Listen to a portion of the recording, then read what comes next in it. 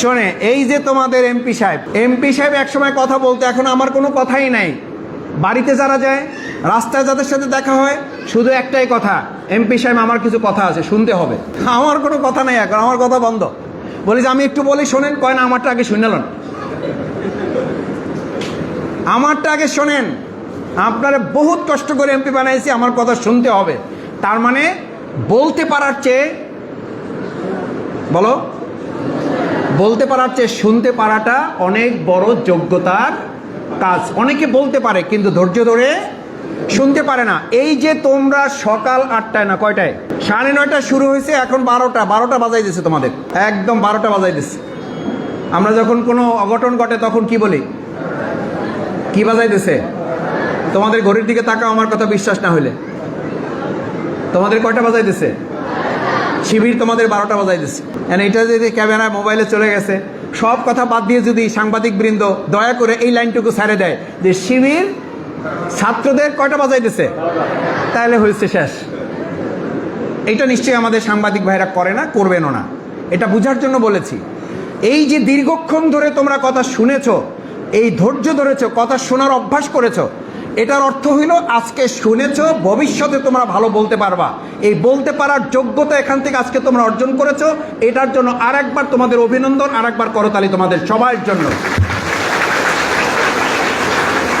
কারণ আমাদের একটা স্লোগান মুখস্থ করতে হবে, বলতে হলে শুনতে হবে, বলতে হলে শুনতে হবে। যে আজকে শুনবা সে ভবিষ্যতে বলতে পারবা। আর এখন যদি খালি বলতে থাকো, বলার পথ বন্ধ। শত শত ঘটনা, আমি যতবার বাউফারে আসি, আমার কাছে এখনো এখানে কমপক্ষে 20টা কাগজ আছে আমার গাড়িতে। এই 20টা কাগজের মধ্যে কমপক্ষে 15টা কাগজ আছে, হয় তালাক দিতে হবে, তালাক হয়ে গেছে, না হলে থানায় মামলা হয়ে আছে। কারা তারা? বাবা মার কথা শুনে নাই, নিজের ইচ্ছা মতো চলে গেছে, নিজের পছন্দ মতো চলে গেছে, ভালো হয় নাই। প্রিয় সন্তানেরা, তোমার বাবা মা এত কষ্ট করে তোমাকে ট্যালেন্ট করেছে, তোমাকে জিনিয়াস বানিয়েছে, এজন্য বানায় নাই তুমি তোমার বাবা মার চোখের পানি ঝরাবা। তোমার বাবা মা তোমার জন্য ঘাম ঝরিয়েছে, আর তুমি তার চোখের পানি ঝরাবা, আর তুমি উন্নতি করবা। কাগজে লিখে রাখো, তুমি ডাক্তার হবা, ইঞ্জিনিয়ার হবা, জীবনে সফল হতে পারবা না, পারো না। লিখে রাখো কাগজে, আমার চোখে দেখা অসংখ্য ডাক্তার হয়েছে, একটা জীবনে গিয়ে চূড়ান্তভাবে ব্যর্থ হয়েছে। অসংখ্য বন্ধু বান্ধব ইঞ্জিনিয়ার হয়েছে, সরকারি চাকরি করেছে, একটা জীবনে গিয়ে চূড়ান্তভাবে ব্যর্থ হয়েছে। শুধুমাত্র আমি এই কথাটা বলার জন্য, ট্যালেন্ট পুলে বৃত্তি পাওয়াটাই তোমার জীবনের চূড়ান্ত সফলতা নয়। আমি তোমাকে একটা কোশ্চেন করি, যুক্তির কাছে, তোমার বিবেকের কাছে, এখানে এমন কেউ আছো চেষ্টা করে তুমি একই সাথে ব্যারিস্টার হইতে পারবা, একই সাথে ডাক্তার হইতে পারবা, একই সাথে তুমি ইঞ্জিনিয়ার হইতে পারবা, একই সাথে তুমি সরকারি প্রশাসনের বিশেষ ক্যাডার হইতে পারবা? এরকম একজন হাত জাগাও। তাহলে তোমার সফলতা কি? যে ডাক্তার হয়েছে, মামলা হওয়ার পর কোর্টে গিয়ে আফসোস করে, আহারে ডাক্তার না হয়ে যদি কি হইতাম, কি হইতাম। আমি দেখেছি কোর্টে একজন ডাক্তার গেছে, মামলা হয়েছে ডাক্তারের নামে, আমার সাথে জেল কাটতেছে, কয়ে মাসুদ ভাই জীবনে ভুল করলাম, ডাক্তার না হয়ে যদি আইনজীবী হইতাম। আইনজীবী হয়ে জেলখানায় গেছে, সে আমার সাথে কোর্টে এসছে, একবার জীবন থেকে বলছি, বলছে মাসুদ ভাই জীবনে ভুল করলাম, এখন দেখি সব পাওয়ার পুলিশের, বিরাট ভুল করে ফেললাম। পুলিশ যদি হইতে পারতাম, খালি ঠাস ঠাস করে গুলি করতাম আর সামনে চলে যেতাম, জীবনে কেউ আটকাইতে পারতো না। সেই পুলিশ সাংবাদিক একটা মামলায় পড়েছে, ওই পুলিশ বলছে মাসুদ ভাই জীবনে কি করলাম, সাংবাদিক না হয়ে ভুল করছি। ওই সাংবাদিক মোটরসাইকেল আহত হয়ে হসপিটালে গেছে, যাইয়া ডাক্তারের সিরিয়ালে বসে আছে, গিয়ে বলছে আমি প্রেস ক্লাবের সভাপতি, আর ডাক্তার বলছে আপনি সভাপতি হন আর সেক্রেটারি হন, বসতে হবে, সিরিয়ালে থাকেন। আফসোস করে বলতেছে জীবনে কি করলাম, প্রেস ক্লাবের সভাপতি হইয়া, এর সে ডাক্তার হওয়াই ভালো ছিল। আফসোস ছাড়া কারে পাওয়া যায় বলো? আমাদের টিওনো মহোদয়কে জিজ্ঞেস করো, উনি বলবে জীবনে বিরাট ভুল করছি, টিওনো হইয়া কি করলাম, এখনো তো ডিসি হইতে পারলাম না।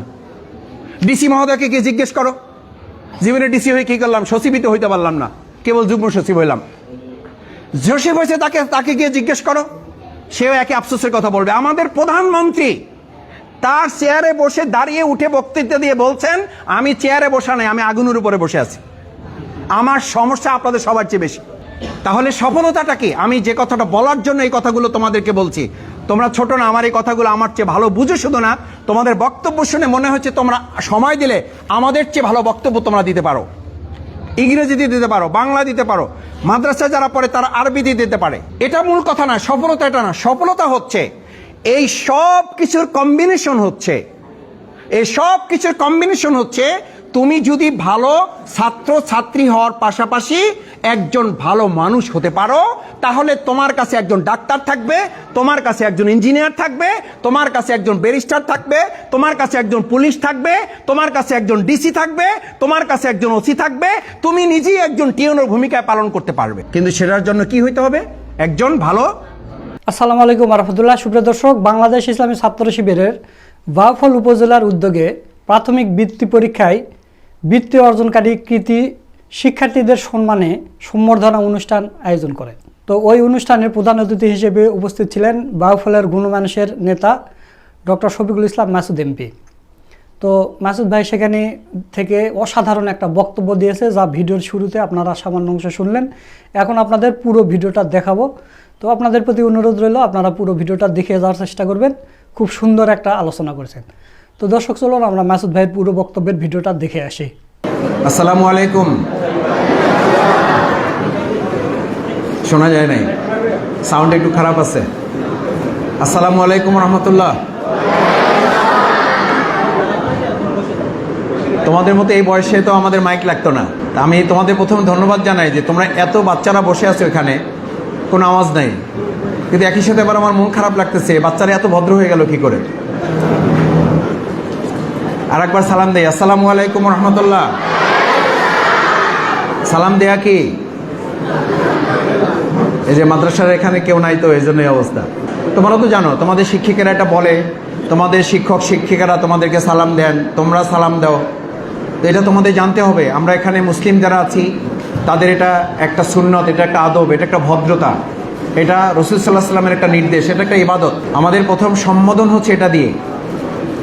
তোমরা যখন আজকে তোমাদেরকে এখানে নিয়ে আসা হয়েছে না, তোমাদেরকে সম্বর্ধনা দেওয়ার জন্য, জান্নাতে তোমাদেরকে সম্বর্ধনা দেওয়া হবে প্রথম যেটা দিয়ে। ভালো করে বুঝো, আমি কিন্তু জামাতে শিবিরের কথা বলতে আসি নাই। এখানে একটা ব্যানার লাগানো আছে, এই পর্যন্তই। বাকি সব কথা কোরআনের, বাকি সব কথা হাদিসের। তোমরা যখন জান্নাতে যাবে, মুসলিমরা যখন জান্নাতে যাবে, যাদেরকে আল্লাহ কবুল করবেন, তখন তোমাদেরকে মিষ্টি খাওয়ানো হবে না, চকলেট দেওয়া হবে না, প্রথমে তোমাদেরকে ফুল দেওয়া হবে না। সালামুন কওলাম মির রব্বির রহিম। প্রথমে আল্লাহর পক্ষ থেকে আল্লাহ তোমাদেরকে সালাম দিয়ে বরণ করবেন। সুবহানাল্লাহ। জান্নাতে কি দিয়ে বরণ করা হবে? তাহলে সালামের গুরুত্ব আছে না নাই? তার মানে সালামের সাথে থাকলে জান্নাতের সাথে থাকা হয়, আর জান্নাতে যেতে চাইলে সালামের অভ্যাস করতে হয়। এই জন্য আমি আরেকবার অভ্যাস করাচ্ছি, আসসালামু আলাইকুম রহমতুল্লাহ। আমরা সালামের সাথে থাকতে চাই, আমরা কোথায় যেতে চাই? জান্নাতে। আর হিন্দু যারা আসছেন, ভিন্ন ধর্মাবলম্বী যারা, তাদেরকে অভিনন্দন, শুভেচ্ছা, মোবারকবাদ, তাদেরকে আমরা বাদ দিব না, কারণ আমরা সবাই মিলে বাউফল। আর এবার বাউফলে তো এমপি শফিকুল ইসলাম মাসুদ না, বাউফল এমপি কে? দেখি এমপিরা একটু সবাই দাঁড়াও তো, এমপিরা দাঁড়াও সবাই, শুধু বাচ্চারা, বড়রা দাঁড়ানো দরকার নেই। এমপি কারা এবার বাউফলে? এই এমপিদের জন্য একটা করতালি জোরে। বাউফল এমপি কারা এবার? বাউফলবাসী বলো, বাউফল এমপি কারা? এবার তোমরা এমপি। এই জন্য এবার বাউফল শক্তিশালী এমপি পাইছে। এবার ব্যক্তি দুর্বল শফিকুল ইসলাম মাসুদের দোষ দিলে হবে না। এবার তোমরা সবাই এমপি, ভালো হইলেও তোমাদের, পরের লাইনটা আমি বলবো না, ওটা তোমাদের। সুতরাং আমরা সবাই মিলে ভালো করবো ইনশাল্লাহ। ইনশাল্লাহ। আজকে প্রধান অতিথি, তোমাদের সবাইকে প্রধান অতিথি উৎসর্গ করলাম। প্রধান অতিথি আমি না, আমার সামনে যারা, তারা সবাই প্রধান অতিথি, কারণ এমপি কে? আমরা। তাহলে প্রধান অতিথি কারা? তাহলে বলতে পারো যে ভাই প্রধান অতিথি আমাদের দিলেন মাসুদ ভাইয়া, আর মানে এমপি আমাদের দিলেন, আর প্রধান অতিথি আপনি নিয়ে নিলেন, তাহলে তো বৈষম্য হইলো। এই জন্য দাঁড় করাইছি যে প্রধান অতিথি আসলে আমি না, প্রধান অতিথি কারা? তোমরা। আর আমার ভালো লাগছে যে তোমরা আজকে ট্যালেন্ট পুলে বৃত্তি পেয়েছো 72 জন। আমিও সেই কবে, সালটা ভালো মনেও নাই, আমি এরকম একটা ছোটোখাটো ট্যালেন্ট পুলে বৃত্তি পেয়েছিলাম, জেলার মধ্যে ফার্স্ট হয়েছিলাম। তখন তো আমাকে আমার প্রিন্সিপাল যিনি ছিলেন, উনি মানে গরুর মগজ দিয়ে আমাকে খাওয়াইছিলেন। তো তোমাদেরকে আমি দুর্ভাগ্য যে গরুর মগজ আজকে খাওয়াইতে পারলাম না, আর একদিন খাওয়াবো ইনশাল্লাহ। সবাই বসো, অনেক ধন্যবাদ। একটা করতালি সবার জন্য। কারণ এত প্রধান অতিথি নিয়ে এর আগে কখনো প্রোগ্রাম হয়েছে বাউফলে? এত প্রধান অতিথি বৃন্দ, কেউ বলছে আজকের অনুষ্ঠানের প্রধান অতিথি বৃন্দ, এটা বলার সাহস পাইছে কেউ? বললে তো প্রধান অতিথি সে উঠে বলবে যে কি পাইছেন কি, আমারে প্রধান অতিথি বানাইছেন, তাও তো আমি আসতে চাই নাই। এরপর আবার আমারে বাদ দিয়ে আজকে সবাই প্রধান অতিথি বানাই দিচ্ছেন। আমরা বাউফলে কেউ একা বড় হতে চাই না, আমরা বাউফলে সবাইকে নিয়ে আমরা বাউফলকে বড় করতে চাই। ইনশাআল্লাহ পারা যাবে।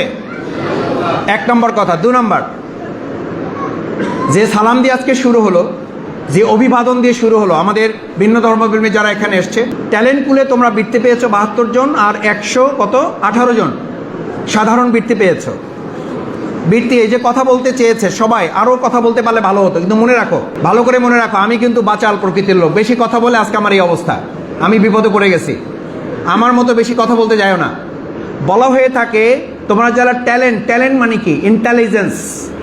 যারা নলেজেবলের মানে জ্ঞানের চেয়েও আরেকটু আগে গেছো, তো বলা হয় নলেজ স্পিক্স, ইন্টেলিজেন্স লিসেন। বলো, বাক্যটা বলো, knowledge speaks and intelligence listen.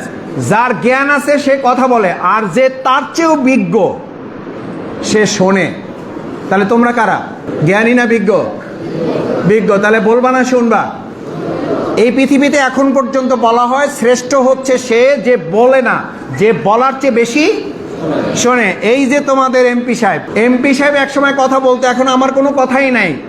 বাড়িতে যারা যায়, রাস্তায় যাদের সাথে দেখা হয়, শুধু একটাই কথা, এমপি সাহেব আমার কিছু কথা আছে, শুনতে হবে। আমার কোনো কথা নাই এখন, আমার কথা বন্ধ। বলি যে আমি একটু বলি শোনেন, কয় না আমারটা আগে শুনলেন, আমারটা আগে শোনেন। আপনারা বহুত কষ্ট করে এমপি বানাইছি, আমার কথা শুনতে হবে। তার মানে বলতে পারার চেয়ে, বলো, বলতে পারার চেয়ে শুনতে পারাটা অনেক বড় যোগ্যতার কাজ। অনেকে বলতে পারে কিন্তু ধৈর্য ধরে শুনতে পারে না। এই যে তোমরা সকাল 8টায় না কয়টায়, 9:30 শুরু হয়েছে, এখন 12টা বাজাই দিচ্ছে তোমাদের, একদম 12টা বাজাই দিচ্ছে। আমরা যখন কোনো অঘটন ঘটে তখন কি বলি? কি বাজাই দিচ্ছে? তোমাদের ঘড়ির দিকে তাকাও, আমার কথা বিশ্বাস না হইলে। তোমাদের কয়টা বাজাই দিচ্ছে? শিবির তোমাদের 12টা বাজাই দিচ্ছে। এটা যদি ক্যামেরায় মোবাইলে চলে গেছে, সব কথা বাদ দিয়ে যদি সাংবাদিক বৃন্দ দয়া করে এই লাইনটুকু ছেড়ে দেয় যে শিবির ছাত্রদের কয়টা বাজাই দিচ্ছে, তাহলে হয়েছে শেষ। এটা নিশ্চয়ই আমাদের সাংবাদিক ভাইরা করে না, করবেনও না। এটা বোঝার জন্য বলেছি। এই যে দীর্ঘক্ষণ ধরে তোমরা কথা শুনেছো, এই ধৈর্য ধরেছো, কথা শোনার অভ্যাস করেছো, এটার অর্থ হইল আজকে শুনেছো, ভবিষ্যতে তোমরা ভালো বলতে পারবা। এই বলতে পারার যোগ্যতা এখান থেকে আজকে তোমরা অর্জন করেছো। এটার জন্য আরেকবার তোমাদের অভিনন্দন, আরেকবার করতালি তোমাদের সবার জন্য। কারণ আমাদের একটা স্লোগান মুখস্থ করতে হবে, বলতে হলে শুনতে হবে, বলতে হলে শুনতে হবে। যে আজকে শুনবা সে ভবিষ্যতে বলতে পারবা, আর এখন যদি খালি বলতে থাকো, বলার পথ বন্ধ। আমি সংসদে কয়েকদিন আগে একটা কথা বলেছিলাম, মোটরসাইকেল ড্রাইভ করার জন্য ছেলেকে দিয়ে আসছে প্রশিক্ষণ সেন্টারে। তো সপ্তাহখানেক যাওয়ার পরে বাবা গিয়ে জিজ্ঞেস করছে যে ট্রেন করে আর কি, ট্রেনার যে প্রশিক্ষক, যে আমার ছেলের মোটরসাইকেল ড্রাইভারিংয়ের খবর কি পারে? তো ড্রাইভার যে প্রশিক্ষণ দেয় আর কি, ট্রেনার, সে একটু চালাক গোছের আছে, মানে বহুদিন ধরে দেয়। তো বাবা বারবার আসে, একটু বিরক্ত হয়ে গেছে। বিরক্ত হয়ে বলছে যে চাচা যান, কিছু মনে করেন না, আপনার ছেলে ভালো, আপনার ছেলে ইতিমধ্যে মোটরসাইকেল চালাইতে শিখছে কিন্তু থামাইতে পারে না। আপনারা যারা সাইকেল চালাইছেন, প্রথম দিকে মোটরসাইকেল চালাইছেন, মনে আছে? চালাইতে পারা যায় কিন্তু ঠিকমতো কি করা যাইতো না, সময় মতো থামাইতে পারাটা হলো গুরুত্বপূর্ণ। বলতে পারাটা, চলতে পারাটা গুরুত্বপূর্ণ। কোন জায়গায় তোমাকে থামতে হবে, কোথায় গিয়ে থামলে তোমার কল্যাণ হবে, এটা জানতে পারাটা গুরুত্বপূর্ণ। আজকে পৃথিবীতে বলা হয়ে থাকে কথা বলতে পারার মধ্যে কৃতিত্ব নাই। কৃতিত্ব হচ্ছে কথা বলার দরকার আছে কিন্তু আমি বলবো না। কথা বলে পৃথিবী এখন জয় হবে না। এখন পৃথিবী জয় হবে কথা নয়, কাজের মাধ্যমে। আমরা বাউফলে কথার পরিবর্তে কাজ দিয়ে বাংলাদেশে মাথা উঁচু করে দাঁড়াতে চাই। দেখি ইনশাল্লাহ, হাত জাগাও, ইনশাল্লাহ পারবা, ইনশাল্লাহ। এখন কাজটা কি? তোমরা ক্লাস 5-এ ট্যালেন্ট পুলে বৃত্তি পেয়েছো, হাত নামাও, থ্যাংক ইউ ভেরি মাচ।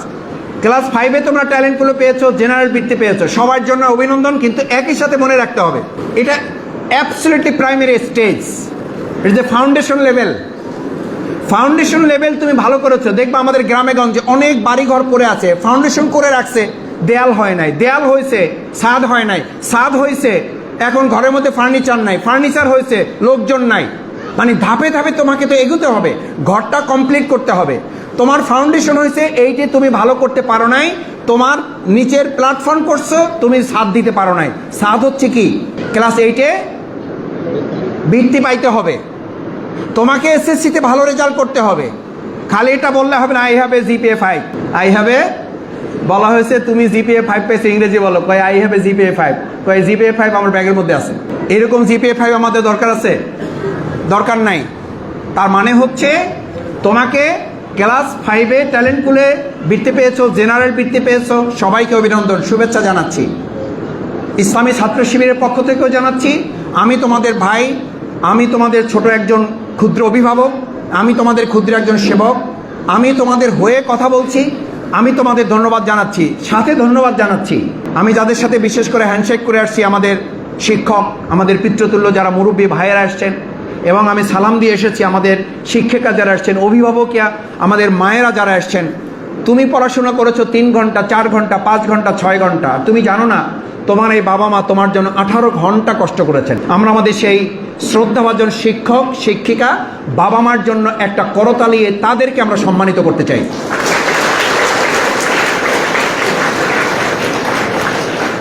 এই সম্মানটা তোমার যতটুকু না, আজকে তুমি যতটুকু না আনন্দিত, তুমি আনন্দটা পুরো বুঝতে পারতেছো না, সেই বয়স তোমার হয় নাই। কিন্তু তোমার এই বাবা মা শিক্ষক শিক্ষিকা যারা, তারা তোমার আনন্দটা আরও অনেক বেশি উপভোগ করেন, উপলব্ধি করেন। তুমি তাদেরকে আনন্দ দিতে পেরেছো, এটার জন্য তাদের তুমি দোয়া পাও। কিন্তু একই সাথে তুমি দোয়া পাচ্ছ, তুমি তাকে দোয়া করতে পারছো কিনা, একটা কথা তোমাদেরকে সালামের পরে দ্বিতীয় যে কথাটা বলতে চাই, প্রিয় সন্তানেরা, তোমার বাবা মা তোমার জন্য কি কষ্ট করেছে এটা তুমি সব জানো না। তোমাকে তোমার সব বাবা মা, তোমার সব শিক্ষিকা শিক্ষক মণ্ডলীরা তোমাকে তা বলেও না, বলে না এই জন্য আমার সন্তান জানুক, কষ্ট বা কেটে যেন না হয়। আমি জানি আমার বাবা মা, আমার বাবা শিক্ষক ছিলেন, কি কষ্ট করেছেন আমাদের জন্য, কি পরিশ্রম করেছেন আমার জন্য। আমার বাবা এখানে অনেকে জানেন, আমার মুরব্বীরা অনেকে দাঁড়িয়ে আছেন, আমি তাদের কাছে ক্ষমা চেয়ে নিচ্ছি, আমি কথা লম্বা করব না। আমি অনেকে দাঁড়ানো দেখে এখানে ঢুকেছি, তখনই আমি বলেছি প্রোগ্রামটা দ্রুত শেষ করা দরকার। আর বিশেষ করে আমার বাচ্চাদেরকে অনেকক্ষণ থেকে এখানে বসানো আছে, ওরা ধৈর্য ধরে বসে আছে, আর লম্বা করার কিছু নেই। আমি আমার বাবার একটা কথা বলি, তোমাদের অনেক বাবারা এখানে এসেছেন, মায়েরা এখানে এসেছেন। আমি যখন ক্লাস 6-এ পড়ি, 7-এ পড়ি, লম্বা পথ হেঁটে যেতে হতো, অর্থাৎ আমি বাড়ি থেকে বাউফলে আসতাম, বিলবিলাসে যেতাম। কখনো কখনো ধান্দি মাদ্রাসায় পড়েছি, ধান্দি মাদ্রাসায় আসতাম।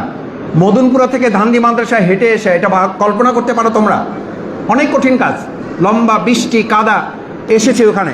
আমি রওনা দিয়েছি, রওনা দিয়ে এসে দেখি বাড়ির সামনে একটা রিক্সা দাঁড় করানো। তখন তো অটো রিক্সা টিক্সা এত কিছু না, কোনো রকম রিক্সা পাওয়া যেত। একটা রিক্সা দাঁড়িয়ে আছে, আমি হেঁটে রওনা দিয়েছি। রিক্সাওয়ালা বলল যে চাচা রিক্সায় ওঠেন। আমি বললাম আমার কাছে তো ভাড়া নেই। বলছে ভাড়া নিয়ে চিন্তা করতে হবে না তোমাকে, তুমি ওঠো। আমি রিক্সায় উঠেছি, রিক্সা উঠে আমাকে মাদ্রাসায় নামিয়ে দিয়েছে। নামিয়ে দেওয়ার পর আমার সেই দৃশ্য এখনো চোখের সামনে ভাসে। রিক্সাওয়ালা চোখের পানি মুছতেছে, চোখের পানি মুছতেছে, বলছে যে চাচা তুমি জানো না তোমার বাবা বাউফল কলেজের প্রফেসর, তোমার বাবা ধুলিয়া মাধ্যমিক বিদ্যালয়ের হেডমাস্টার ছিলেন, তোমার বাবা বগা মাধ্যমিক বিদ্যালয়ের হেডমাস্টার ছিলেন, তোমার বাবা একটু আগে রওনা দিয়ে এখান থেকে বের হয়েছেন, উনি ক্ষেতের মাছ দিয়ে তাড়াতাড়ি স্কুল ধরার জন্য বের হয়েছেন, উনি হেঁটে রওনা দিয়েছেন। আর যাওয়ার সময় আমাকে 20 টাকা পকেটে দিয়ে গেছেন যে তার ছেলেটা এখান থেকে যাবে, তার স্কুলে যেন কষ্ট না হয় যেতে, তাকে যেন আমি রিক্সায় করে নিয়ে যাই। এটা হচ্ছে আমাদের বাবারা। ঘরে একটা ডিমই হয়তো ছিল, একটা ডিম সিদ্ধ করে আমাকে দিয়েছে। তুমি জানো না তোমার মা হয়তো খাই নাই, পুরো মাসে একটা ডিম খায় নাই, পুরো মাসে 30টা ডিম তোমাকে খাওয়াইছে, তুমি জানো না। সেই 30টা ডিমের ফসল আজকে তোমার এই ট্যালেন্ট পুলে বৃত্তি। তোমার মায়ের ডিমের পরিশোধ তুমি কোনোদিন করতে পারবা না। তোমার মা গায়ের চামড়া দিয়ে জুতো বানিয়ে দিলে তুমি এটা করতে পারবা না, এই সাহসও কোনোদিন করবা না। কি করবা তাহলে? বাবা মার কথা শুনবা, বাবা মাকে কষ্ট দিবা না। আজকে সকালে যখন বাড়ি থেকে বের হয়ে আছে, আমার বাড়িতে কমপক্ষে 1 থেকে 150 মানুষ, তার মধ্যে অন্তত 5টা সন্তান। আমি তোমাদেরকে আগে থেকে বলি, আগাম কথা বলি, আমার প্রিয় সন্তানেরা কষ্ট দিও না। 5টা পরিবার গেছে, মেয়েটাকে বিয়ে দিতে রাজি হয় নাই, জোর করে বিয়েতে চলে গেছে। এখন শখের বশবর্তী হয়ে বিয়ে করেছে, 3 মাস পার হওয়ার পর স্বামী তাকে অত্যাচার করে। মোহ কেটে গেছে, প্রেম কেটে গেছে, ভালোবাসা কেটে গেছে। এখন প্রেম নাই, মোহ নাই, ভালোবাসা নাই। 5টা পরিবার গেছে আজকে একদিনে। ভালো করে খেয়াল করো। আমি জিজ্ঞেস করলাম বিয়েটা কিভাবে হয়েছে, মেয়েটা কেঁদে দিয়েছে, বলছে ভাইয়া কিছু মনে করবেন না, আমি আমার মাকে কষ্ট দিয়েছি, আসলে এখন আল্লাহ আমাকে শাস্তি দিচ্ছেন, আমার স্বামী আমাকে মারতেছে। আমি বললাম তুমি পছন্দ করছো না স্বামী তোমাকে পছন্দ করছে? বলছে স্বামী আমাকে বুঝায় শোনায়া যেভাবে হোক, আমি ছোট মানুষ, আমাকে অন্ধমোহ করে ফেলছে। আমি তার যেভাবে হোক তার ভাষায় আমি তার প্রেমে পড়ে গেছি। আমি বাবা মার অবাধ্য হয়ে তার কাছে চলে গেছি। আজকে আবার বাবা মার কাছে আমাকে ফিরে আসতে হয়েছে, আমার কোনো উপায় নেই, আমার স্বামী আমাকে মারতেছে। এরকম ঘটনা কি বাউফলে একটা না শত শত ঘটনা। আমি যতবার বাউফলে আসি আমার কাছে এখনো এখানে কমপক্ষে 20টা কাগজ আছে আমার গাড়িতে। এই 20টা কাগজের মধ্যে কমপক্ষে 15টা কাগজ আছে হয় তালাক দিতে হবে, তালাক হয়ে গেছে, না হলে থানায় মামলা হয়ে আছে। কারা তারা? বাবা মার কথা শুনে নাই, নিজের ইচ্ছা মতো চলে গেছে, নিজের পছন্দ মতো চলে গেছে। ভালো হয় নাই। প্রিয় সন্তানেরা, তোমার বাবা মা এত কষ্ট করে তোমাকে ট্যালেন্ট করেছে, তোমাকে জিনিয়াস বানিয়েছে, এজন্য বানায় নাই তুমি তোমার বাবা মার চোখের পানি ঝরাবা। তোমার বাবা মা তোমার জন্য ঘাম ঝরিয়েছে, আর তুমি তার চোখের পানি ঝরাবা, আর তুমি উন্নতি করবা। কাগজে লিখে রাখো তুমি ডাক্তার হবা, ইঞ্জিনিয়ার হবা, জীবনে সফল হতে পারবা না, পারো না। লিখে রাখো কাগজে, আমার চোখে দেখা অসংখ্য ডাক্তার হয়েছে, একটা জীবনে গিয়ে চূড়ান্তভাবে ব্যর্থ হয়েছে। অসংখ্য বন্ধু বান্ধব ইঞ্জিনিয়ার হয়েছে, সরকারি চাকরি করেছে, একটা জীবনে গিয়ে চূড়ান্তভাবে ব্যর্থ হয়েছে। শুধুমাত্র আমি এই কথাটা বলার জন্য, ট্যালেন্ট পুলে বৃত্তি পাওয়াটাই তোমার জীবনের চূড়ান্ত সফলতা নয়। আমি তোমাকে একটা কোশ্চেন করি, যুক্তির কাছে, তোমার বিবেকের কাছে, এখানে এমন কেউ আছো চেষ্টা করে তুমি একই সাথে ব্যারিস্টার হইতে পারবা, একই সাথে ডাক্তার হইতে পারবা, একই সাথে তুমি ইঞ্জিনিয়ার হইতে পারবা, একই সাথে তুমি সরকারি প্রশাসনের বিশেষ ক্যাডার হইতে পারবা? এরকম একজন হাত জাগাও। তাহলে তোমার সফলতা কি? যে ডাক্তার হয়েছে, মামলা হওয়ার পর কোর্টে গিয়ে আফসোস করে, আহারে ডাক্তার না হয়ে যদি কি হইতাম। আমি দেখেছি কোর্টে একজন ডাক্তার গেছে, মামলা হয়েছে ডাক্তারের নামে, আমার সাথে জেল কাটতেছে, কয়ে মাসুদ ভাই জীবনে ভুল করলাম, ডাক্তার না হয়ে যদি আইনজীবী হইতাম। আইনজীবী হয়ে জেলখানায় গেছে, সে আমার সাথে কোর্টে এসছে, একবার জীবন থেকে বলছি, বলছে মাসুদ ভাই জীবনে ভুল করলাম, এখন দেখি সব পাওয়ার পুলিশের, বিরাট ভুল করে ফেললাম। পুলিশ যদি হইতে পারতাম খালি ঠাস ঠাস করে গুলি করতাম আর সামনে চলে যেতাম, জীবনে কেউ আটকাইতে পারতো না। সেই পুলিশ সাংবাদিকের মামলায় পড়েছে, ওই পুলিশ বলছে মাসুদ ভাই জীবনে কি করলাম, সাংবাদিক না হয়ে ভুল করছি। ওই সাংবাদিক মোটরসাইকেল আহত হয়ে হসপিটালে গেছে, যাইয়া ডাক্তারের সিরিয়ালে বসে আছে, গিয়ে বলছে আমি প্রেস ক্লাবের সভাপতি, আর ডাক্তার বলছে আপনি সভাপতি হন আর সেক্রেটারি হন, বসতে হবে সিরিয়ালে থাকেন। আফসোস করে বলতেছে জীবনে কি করলাম প্রেস ক্লাবের সভাপতি হইয়া, এর সে ডাক্তার হওয়াই ভালো ছিল। আফসোস তারা কারে পাওয়া যায় বলো? আমাদের টিওনো মহোদয়কে জিজ্ঞেস করো, উনি বলবে জীবনে বিরাট ভুল করছি, টিওনো হইয়া কি করলাম, এখনো তো ডিসি হইতে পারলাম না। ডিসি মহোদয়কে গিয়ে জিজ্ঞেস করো, জীবনে ডিসি হয়ে কি করলাম, সচিবই তো হইতে পারলাম না, কেবল যুগ্ম সচিব হইলাম। জোসেফ হয়েছে, তাকে গিয়ে জিজ্ঞেস করো, সেও একই আফসোসের কথা বলবে। আমাদের প্রধানমন্ত্রী তার চেয়ারে বসে দাঁড়িয়ে উঠে বক্তৃতা দিয়ে বলছেন আমি চেয়ারে বসা নাই, আমি আগুনের উপরে বসে আছি, আমার সমস্যা আপনাদের সবার চেয়ে বেশি। তাহলে সফলতাটা কি? আমি যে কথাটা বলার জন্য এই কথাগুলো তোমাদেরকে বলছি, তোমরা ছোট না, আমার এই কথাগুলো আমার চেয়ে ভালো বুঝো। শুধু না, তোমাদের বক্তব্য শুনে মনে হচ্ছে তোমরা সময় দিলে আমাদের চেয়ে ভালো বক্তব্য তোমরা দিতে পারো, ইংরেজি দিতে পারো, বাংলা দিতে পারো, মাদ্রাসা যারা পড়ে তারা আরবি দিতে পারে। এটা মূল কথা না, সফলতা এটা না। সফলতা হচ্ছে এই সব কিছুর কম্বিনেশন, হচ্ছে তুমি যদি ভালো ছাত্র ছাত্রী হওয়ার পাশাপাশি একজন ভালো মানুষ হতে পারো, তাহলে তোমার কাছে একজন ডাক্তার থাকবে, তোমার কাছে একজন ইঞ্জিনিয়ার থাকবে, তোমার কাছে একজন ব্যারিস্টার থাকবে, তোমার কাছে একজন পুলিশ থাকবে, তোমার কাছে একজন ডিসি থাকবে, তোমার কাছে একজন ওসি থাকবে, তুমি নিজেই একজন টিওনোর ভূমিকা পালন করতে পারবে। কিন্তু সেটার জন্য কি হইতে হবে? একজন ভালো। আজকে সমাজে চুরি হয় কি এই কারণে যে তার মেধা নাই? আজকে সমাজে দুর্নীতি বন্ধ করা যাচ্ছে না কি এই কারণে যে আমাদের সমাজে শিক্ষা নাই? কি কারণে বলো? মেধার কারণে? চুরি করে কি জানা মানে শিক্ষা নাই তারা? আমাদের ঘরে যে 4টা গরু চুরি হয় এইটা বড়, নাকি আলো কলমের খোঁচায় কোটি টাকা চুরি হয় এইটা বড়? এক কলমের খোঁচায় কোটি টাকা নাই।